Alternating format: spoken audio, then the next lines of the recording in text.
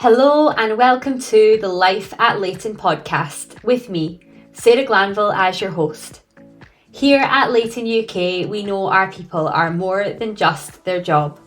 The careers of our people are part of their unique lives, and who they are as a whole person is what fundamentally contributes to their success and the success of our business. In the podcast, we'll spend time with one of our exceptional people from across the business. And in each episode, we'll look to explore the people behind the job titles, the unique and brilliant stories that make them who they are. In episode 4, I spent the afternoon with the one and only Joshua Felton, Talent Development Manager here at Leyton UK. In today's episode, Josh and I will discuss his life at Leyton since he joined us, and the incredible work that he does to develop our sales teams and our leadership across the business. We have a brilliant, open and honest conversation about why developing our people is integral to the success of Leyton and about what it really means to Josh to be able to work in such an impactful job. Josh and I could have talked for an hour longer, so I hope you enjoy this episode as much as we did. This is a very transparent and open conversation about what professional and personal development at Leyton looks like. So thank you for tuning in. Grab yourself a coffee and get ready to be inspired by the people that are Leyton UK. Hello Josh, welcome to episode 4 of the Life at Leyton podcast. Thank you for being here in sunny London with me. How nice is this? It's gorgeous. How are you today? You've been busy this week. Good. We've literally just rolled off leadership development for the month. We've got one more leadership development to do. I'll be gutted to see it go, to be honest. Yeah. I've really enjoyed doing it. We've leadership developed 30% of the entire sort of headcount of Leyton UK. Fantastic. I couldn't be prouder. I'm starting to see people coming through that I took on board and I inducted when they first started their careers, when they started out as sales devs, when they started out as BDs. And I'm now seeing them become and step up into leadership roles, which genuinely is the reason I do this job. Yeah. It sounds really silly. Well, you must do it for, the monetary reward or the bonus or or the trips to London. Yeah. But it's long-term, seeing people step up at Leyton and seeing the work that they put in and seeing the careers that they've built, and to be a tiny little part of it is why I do it. That's the magic of Leyton, isn't it? Seeing people develop. We've been planning this podcast for a little while now, feels like forever. We're not always in the same place at the same time, so it's nice that we've caught each other in London at this point. Set the scene for our listeners. You're involved in talent development team. You've got lots of little things that you do. Talent development's fundamental to where Leyton is as a business today. So I guess on top of that, I've also been really curious to find out a little bit more about you, Josh, since we've been working together. So I guess to start us off today, do you want to introduce yourself and talk a little bit about what your life at Leyton has been like so far? So yeah, I started at Leyton just a little over 2.5 years ago. Yeah. Interviewed remotely, so I never got to see the offices. Yeah. I never got to meet the people. We didn't have the induction and onboarding procedure that we do now, but I really liked the vibe that I got from just a phone interview, the description of the business and the description of what the company did and how the company supported people. I was like, I really like this. I'd moved from debt management, where you can have days where you didn't feel super good about what you'd done. You'd not done anything terrible, but you'd been dealing with people who were, at their lowest ebb. And to work for a business that's helping businesses grow, that's perceived very, very positively by its clients, was something that, it makes it easier to go home at the end of the night and with a grin on your face and say, I've done some good today. Yeah. This is probably the most fun I've had while getting paid. And while being employed in a very, very long time in a professional capacity. I love that. Amazing. Awesome. I guess that brings us really nicely on to you talking about the work that you do with our teams and the training that you're spending your time delivering. What is it you do for Leyton in your talent development role? So a couple of different pillars, so to speak. I deal with part of the induction. Everybody within talent development deals with induction because we're all super keen on seeing the new people. Yep. We all want to meet everybody. We all want to see who we've got. We all want to get excited about it. I used to do that on my own and it was quite lonely. Yeah. Because yes, you get to meet the new people, but we didn't spend a lot of time with the team. So we split that up. And then my primary role is the first 3 or 4 months of a salesperson's journey. If they're a BD or they're an SD, they're coming with me. For good or for ill, they are coming with me. Yeah. And as of the last sort of year, leadership development's been my focus, which again, coming back to what I said before, means the people I take from the beginning of the business, I can confidently say to them, look, there is a future here at Leyton, there is a career progression. I will take you through, you're stuck with me for this career progression, but there is career progression to be had. And I can point to people within the business and say, I remember him on his first day, I remember her on her first day, and this is what we did, and now this is what we're doing. Now this person's taking on new staff, new responsibilities. Now this person has exposure to every level of this business. You can do it. We talked to new starters yesterday that you were bringing on, and it's nice to be able to say, honestly, this is the best place to work. This is a place where you can go places and not be towing the company line, talking from a company script. You can say genuinely, I'll put money on some of you sort of one of these days running this place. So it's nice. Yeah, it's fantastic, and I think you've hit the nail on the head there. Like, it's real here at Leyton, like the opportunity to progress, and that's the reason that you guys are so fundamental to the growth of Leyton and the success of Leyton, is because the pace that we push people through their career, and we almost fast track people's career here at Leyton. They need the support from you guys to give them the skill set to keep up with that pace and to have the skills to do the job that they're elevated into. But it's very real here, the progression and the opportunity. Yeah. I would say the other thing is, yes, okay, we play a fundamental role. People at Leyton they're easy to teach. Yeah. They're easy to coach, they're easy to develop. I don't know if it's something in the water, I don't know if it's something in the air. It's more than likely you guys selecting sort of really sort of switched on, fundamentally receptive people. But I've not butt my head up against a wall with someone who was unwilling to learn at Leyton. You know, I keep waiting for the other shoe to drop, but it's not happened yet. I speak to pretty much everyone in the business pretty regularly at every level with the intention of developing them, and they're like, yeah, come on, let's do it, let's get it done, let's plough ahead, which is perfect. It's exactly what you want from someone sitting in your shoes, isn't it? Keeps mine simple, yes. So, I mean, the investment in our people from a talent development standpoint is, I feel, pretty exceptional. Like, recruiting into it, it's a joy to talk about to talk to candidates about the journey that they can go on here at Leyton. Why do you think there is such an importance placed on continuous development at Leyton? I think as a business, you can very easily stagnate, and you can say, right, we've got the programs in place that we need. Yeah. Are we bringing them on and inducting staff? Are we teaching them the sales skills, the consultancy skills, the operations skills? Are we giving them some management skills? Our department, I hate to compliment him this early on in the podcast, but James Swift, who runs talent development, is very much a continuous improvement type of person. Can we do better? And again, this will proper embarrass him and me to say this. He's very much like my dad when we were little. He's going to love that. Yeah, he's going to love that. Yeah. He's very much like my dad. My dad would push when we were doing homework or we were doing something creative, because he was an artist. Can it be better? Can we take it further?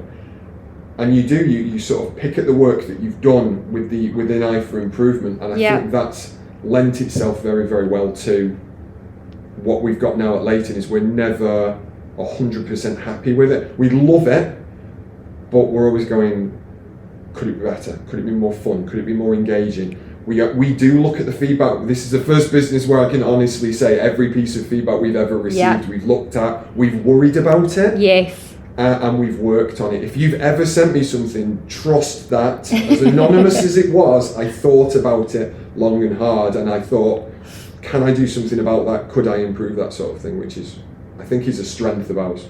Absolutely.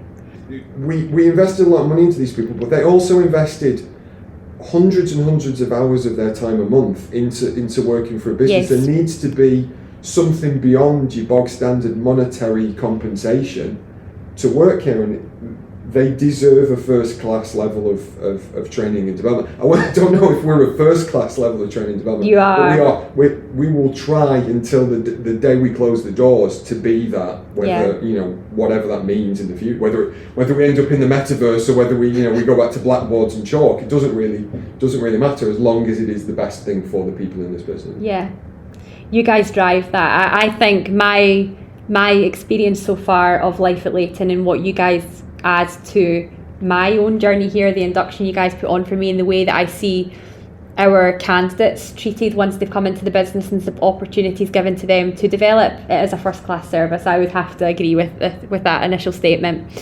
I guess I'm interested to understand what your perception of the impact on the culture of an organisation is when you invest in people's professional development and personal development. I think when people see that you're going to trust them to take partial control of their own development, and then you're going to invest into them, that you're going to ask them their opinion, that you're going to take a genuine interest in them, they're more likely to take a genuine interest in the business. You can work for a place and not care about it, or not care that other people care about it, and you can get companies like that where people are quite jaded, and it's the sort of, we're in the trenches, blah de blah de blah, and you're like, I get that you are, but do you see the overall mission? Do you see why we do what we do? Because businesses have to do stuff where you're like, oh, I'd have done it differently, this sort of thing. I think that's where our culture and people's interest in our vision and our values, which we're still building, I think we've still got a way to go. I think it's when we put time and effort and money into people and say, look, we're interested in you, they'll go on that journey with you, and they will listen to that story, and they will listen to these ideas that aren't fully formed, that we want their opinion on. And I say it a lot, if I'll be honest with people, is that I'm running this module for the first time. I'm not just interested to see whether it improves your performance. I'm interested to see what you thought about the module, because I care that you care about it, and you tell me you didn't like it. We had one a couple of weeks ago, and someone said to me, yeah, I loved it, but the animation doesn't look good. It's not Leyton. And I said, oh, that's really interesting that you said that. And it was the first time someone had referred to Leyton as a vibe. Oh, God, a feeling, a vibe. Yeah, mad vibes, an energy. But I was like, oh, that's really interesting that someone said that. But it's interesting that they felt comfortable to say it to me. Brilliant that they said it to me. It's great that it's come off the back of me being not vulnerable, but saying, I don't know if this is good enough for you guys, but I'd like to hear your opinion. And then to be able to use Leyton almost as a verb, it's like, oh, it's not Leyton enough. I'm like, brilliant, we're making some progress. I've gone back and reworked it now. I'm sure you have. I hope it feels more Leyton. We'll have to get this person's opinion. I have, throughout my career, I've always said I love feedback, right? Feedback's one of my favourite things, because I think good, bad or ugly, you learn from it, right? And I think that's a big thing in the culture here. When the work that you guys doing to develop our people is giving them feedback, right? You're looking at what they're doing, and you're giving them additional skills and giving them the tools to be able to be better. And then that you're so open to also receiving feedback. That's a loop, right? People take feedback when they can give it, and they know it's going to be received well both ways. So I love that. Don't trust someone without skin in the game. Yeah. You don't take advice from somebody on your relationship who isn't in a relationship. You don't take advice from me if you can't see that I would live that advice. And we've got that loop, and I ask that of my people, and I provide that for my people, because it is important. You don't have a really good, true reflection of yourself when you're working, because you're so busy. Yes. So if you don't go out there and ask and open yourself up and be a little bit vulnerable and say, come on, hit me with it, then you can build these really, really bad habits, and now it's part of your work personality. Nobody will talk to you about it because it's so ingrained, and you look back in horror sometimes. Oh my God, I was doing that for a couple of years. Early in my career, especially as a manager, I thought, I'm doing the best, I don't need the feedback. And you look back and go, oh God, I'd have had a stern word with myself if I could have seen that going on. So you create that environment. It's a safety net for both of you to say, hey, we want to pick each other up if something's going wrong, as well as 99.9% of the time it's praise, isn't it? That was really good, I liked that. I think most people think it's got to be 50-50, and it's like most people are doing a really good job most of the time, and they just need help with that blind spot. I don't know if I'm going bald unless you tell me, but it's only a small part of my head. Just make sure somebody tells me, and it's the same with performance. You can't see what you can't see.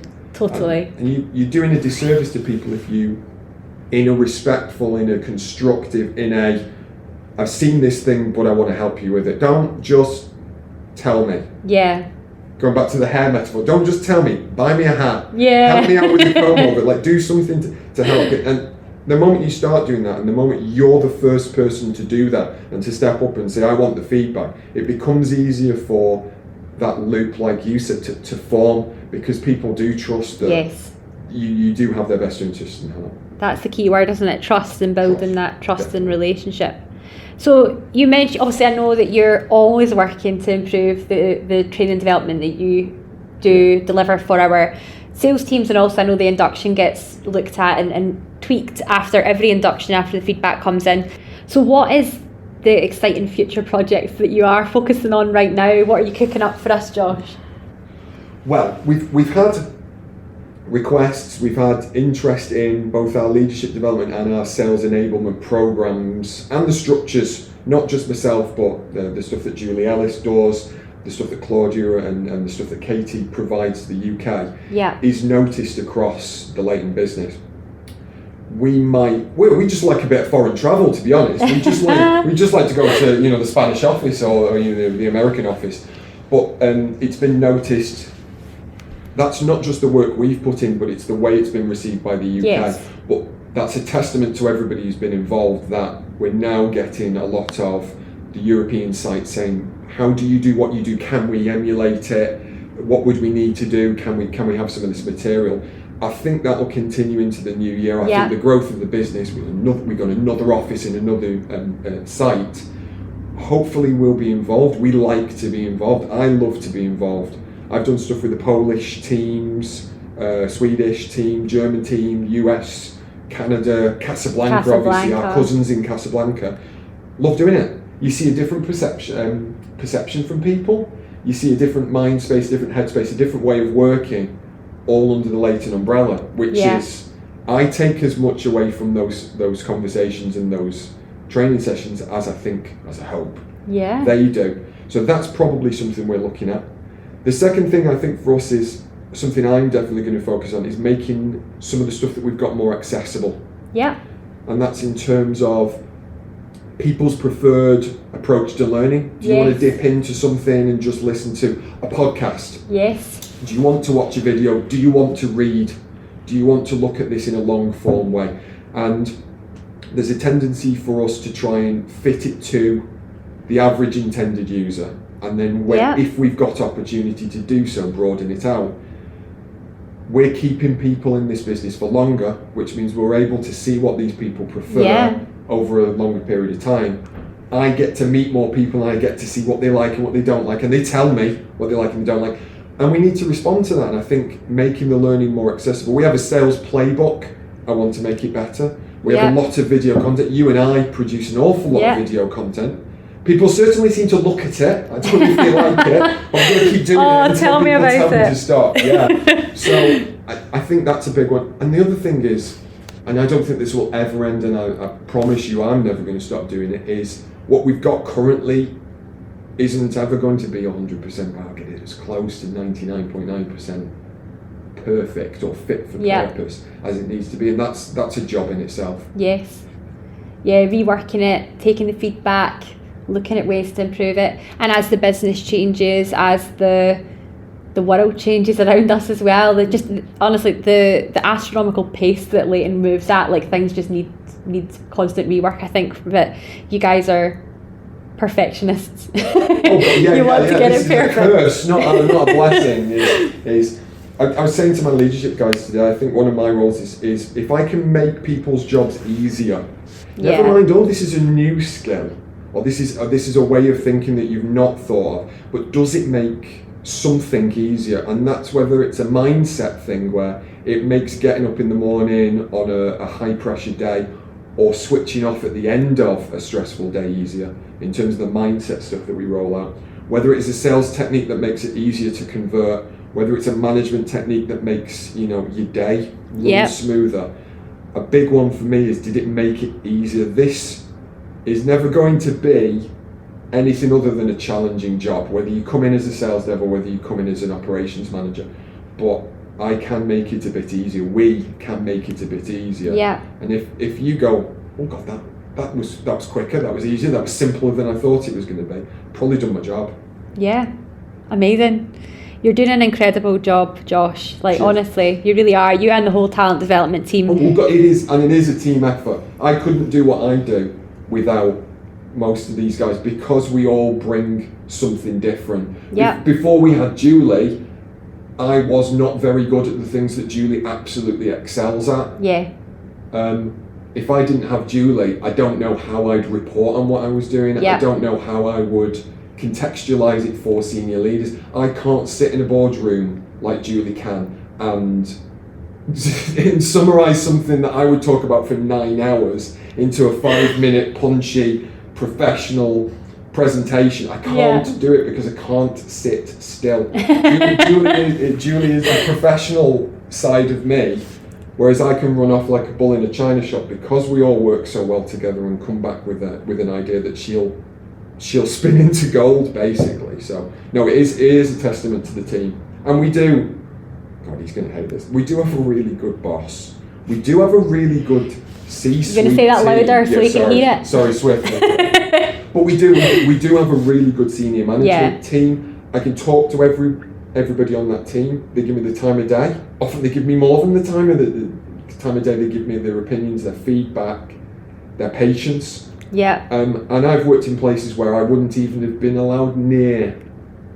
I don't know if that says a lot more about me than about the business, but that I wouldn't have been allowed near or wouldn't have got that level of access to somebody so senior, to somebody with a decision-making power that, say, Brian has.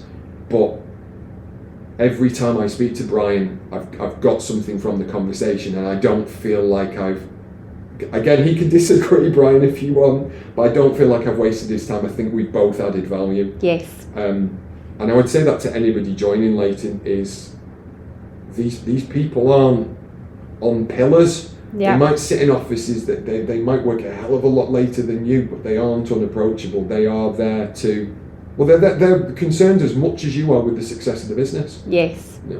Great Absolutely. Team. It's a fantastic team, a phenomenal team. So now we've covered the amazing work that you do for us at Leyton. Yeah. Instead, I wanted to get to know you better, Josh. So you started your career in sales, am I right? Was it sales? I would say my corporate career, which I consider to be my career, definitely started in sales. So I came out of university fresh-faced and bushy-tailed. Yeah. And I was adamant I was going to be a graphic designer. I studied graphic design at Manchester Met. And it was 2007 and the 2007 financial collapse happened, which I will use as the excuse for my lack of success in graphic design rather than a lack of talent. But I looked around and I was like, I need a job to tide me over. Didn't consider a need to find a career because I was going to be an artiste. Mm-hmm. And a friend of mine, Dave, he worked for the RBS. He worked in recruitment, sales for the Royal Bank of Scotland. And he says, look, how about you work in an air-conditioned office with a laptop in front of you, nice comfy chair, and you're talking to members of the public about their bank balances. I says, well, I have no interest in a corporate career, but this seems fine. This seems like something that I can do. Yeah. And I did 6 months of it and loved it. Absolutely loved it. And the reason I loved it was I had the first really truly exceptional manager, and I don't think I appreciated him at the time because I didn't have anything to compare him against. His name was Elvis, Elvis, wow, that is a name. Yeah, I mean, Elvis, I don't think you're listening to this, mate, but you don't know what you meant to me. And everyone laughs when I say my first manager was Elvis, because they think I'm that old. But it was the first time I saw someone identify talent and work with people on their strengths. We had some absolute sales savages on the team, and you could see how we would push them. I wasn't great in my first job at sales. I was all right. I understood the fundamentals, but I don't know how he saw it in me, because I didn't see it in me. He says, you're comfortable in front of people, you're comfortable articulating information, you can tell a story, people listen, you wave your arms around a lot, Josh, which is a fundamental skill if you're wanting to get into talent development. And he said, look, I think you should step up. I think you should step up into training and development. I resisted for a while because I still wanted to be a graphic designer. And he says, no, I think if you're going to stay here, even for a short period of time, this is what I want you to do. This is what I want you to push yourself. I think you can add something to this business. And it was the first time somebody outside of education had said to me, I can see something special in you and I want to help you achieve that. And I was like, well, how can you say no to that? Like, even if you fall flat on your face, you'd be daft to say, no, I didn't go for it after being given that. And I did. I went on a 1-day train the trainer course in Birmingham, and I forget the name of the guy who ran it, but he was absolutely fantastic. I'm gutted I can't remember who ran it, but it took a day to realise that was what my career was going to be. And I came back and I was like, I don't care what I have to do. This is the career I'm stepping up into. I don't care if I have to go back to university. I don't care if I have to do night courses. Luckily I didn't. It was like, you can wave your arms around and you're comfortable in front of people. All we need is you to be way more professional and to learn a bit about the product that we sell. So the RBS, for all that people might look at banks and corporate institutions as these sort of places where you're a faceless entity, I was given a huge amount of latitude to develop a program. I was encouraged, I was looked after. I had an operations manager, Gary Marshall. He'll never know, because I was young and arrogant and never told him how much he pushed me and it meant to me. But I ended up running my first induction program. I was in charge of it. I was probably 23. I probably wasn't ready. I definitely didn't feel ready. But you fly by the seat of your pants and you do the best that you possibly can do, and people will see that. And I ended up, and have been for the last 15 years now, one of those really weird, really lucky people who doesn't consider what they do most days to be work. This isn't easy, but it's fun. It's really challenging, but it's really, really rewarding. And it sounds like a line, and I say it to the new people and they don't really believe me. And then 6 months in, if they're still here with me and they're still seeing me, and most of them are, I think they get it. They're like, oh, right, he's one of those weird people who really, really loves his job. So I feel like we've sort of connected on that, because, you know, that's how I feel about the work that I do. But I love that your route into your role in talent development or training was because you felt someone seen something in you and wanted to invest that time in you, and that lit a light for you and lit a spark, and you're going, wow, like, I want to give someone else that feeling. That's brilliant. And do you know what's funny is that my career started in banking, and I had that same experience with a phenomenal manager. They spotted something in me and brought me on, and I think that's the unsung heroes, isn't it? And that's, I suppose, what you're wanting to inspire in your leadership development training also, is that ability to spot potential in people and to nurture it. Because it's incredible the impact that can have on the trajectory of someone's life and the career that they have. And pay it forward. Yes. Anyone listening to this who ever ends up with any element of power or authority over other people, find the people who need lifting up and lift them up. A business succeeds off the back of doing that. That brings us lovely on to our next question, Josh. I guess I'm really interested to know what professional and personal development looks like for you, inside or outside of Leyton's walls. You invest all your time in our people doing it, so what does it look like for you? I would say this, professional development, I am terrible at making time for it. the fact that I will speak to every single person in this business about the importance of them having a plan, sticking to a plan, letting me be involved in that plan when they need it. What do you need? Oh, read this book. This is really interesting, this podcast.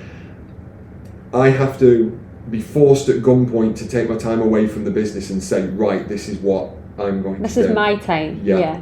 And it's normally, if I'm doing professional or personal development, it's normally because I have an aim or an intent to leverage that for something or someone in the business. The last thing I was doing, I was very, very heavily focused on improving digital learning. I have some sort of certification. I should probably know the name of it, but I managed to get a distinction in digital learning and digital design, but it was because I wanted to apply it later.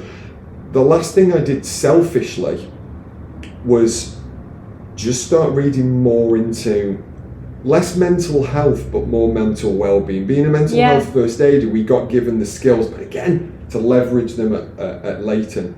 I've always been a person who's been quite up in their head. I don't think work has massively affected it on a wide scale. I know certainly Leyton has never affected it negatively, because I enjoy my job so much, because I've got that buffer of I feel really good about what I do. It's hard for work to bring me down, but we all have those low points. We came through 2 years of being, I say to people, you felt almost skinned. You were very, very sensitive to everything. Yes, raw is a much better way of putting it.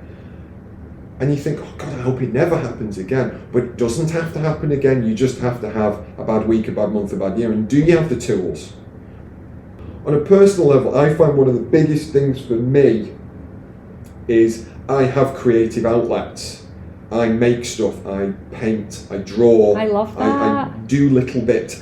And none of it is commercial in nature. It is creative in nature. So I found it's a massive outlet for stress. It's a massive pressure reliever, and it's not really outcome focused. I put something in and I get something out, and a creative outlet, you've only really got yourself going. Am I happy with that? Is it out of my head because it's been rattling around in there for a while, and now do I have it in front of me?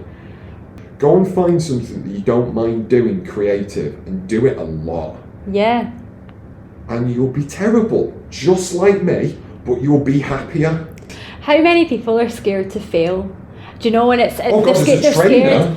I meet them every day. I'm scared to fail. They're scared to try. They're scared to fail. But I think that you're so right. Just having that, if you've had a frustrating day, you've had a bad week, they've had a good day. You've had honestly, sometimes I leave this office and I've had such a good day and I've got so much energy that I can't seem to level down to switch my brain off and just have a nice night where I'm not thinking about what's happening here because I'm so invested in it, which I'm sure is something that happens to yourself as well, Josh. But in that situation, to have an outlet, as you say, is the perfect word to drive that energy into, whether it's good, bad or ugly. And it's just for you. It's not for work or for anybody else. It's just something that you can drive your energy into. Coming back to Leyton, it seems to me in the last 2.5 years since I've worked here, we've seemed to move towards there being a bit more, people are a bit more, I hear a lot more about people's hobbies. When I first started, if it wasn't rugby or football, which, if you've got rugby or football as a hobby, go get them. But I seem to hear more. I didn't hear about rock climbing 2 years ago or paintballing, and last week I heard about both. I didn't hear about someone coming and talking to me about a drawing their kids had done. And I'm not saying it didn't happen, but I'm so sappy. It warmed the heart. It was just really nice. You've got a heart, Josh. I know. I keep it at home normally, but just to hear somebody talk about it, and you'd be surprised that somebody probably does it. Somebody probably paints, sculpts, sings. I think maybe a couple of years ago we weren't bringing our best selves to work, which includes our external selves, the people that we see, that we are outside of work. They seem to be a bit more open about it. I completely agree. Honestly, this is what inspired the podcast. That exact thing, when I'm walking in and hearing people talk about their passions, and overhearing people's just incredibly interesting stories about who they are outside of work. And I thought, you know, speaking to Nicola, it was an idea that she'd had long before I started, and I said I would love to do a podcast, and she's like, I was thinking the same. Yeah. So it's just this incredible, I think it's incredible when people feel like they can be themselves at work, and it's an expectation I set with candidates is, we want you to be you here. We don't want people who all look the same, sound the same, have the same hobby. We want everyone to come here and feel like they are adding to Leyton and adding to the culture here. Yeah. So I love that you've picked up on that recently too. I mean, I'll stop an induction to meet your cat. Yeah. I will stop a sales training session to say hello to your daughter because you're working from home. We're not that company where you put everything about yourself in a cupboard. You come and do the work that we demand of you, and then you can go and have fun when we're done with you. I think I couldn't go back. And I've worked for those companies where you put the uniform on, whether you have a uniform or not, you're putting something on, and you're setting yourself aside, and you're coming into work. You're not meeting up with everybody for the sake of it. I love that you love what you love. Yeah. And I would love to hear about it. So my final question, let's turn this around, this final question. So I think that there's definitely people out there in the world, maybe candidates listening, who have never had the fortunate position to work in a business that is as dedicated to talent development as we are here at Leyton. So I guess, what would your advice be for them if they're in an organisation they don't feel like their development's being valued? Is there steps that they can take themselves, or what would your honest advice be to them? Yeah, I'd say, I'm sorry, it sucks. Yeah. Without the context, I think it's 50-50. There are businesses who are still of the opinion, if we overtrain our staff, we prepare them for their next role, and we don't want to do that because we lose their investment. I think that's silly. Yeah. I think that's silly because the only people who end up staying are not very good.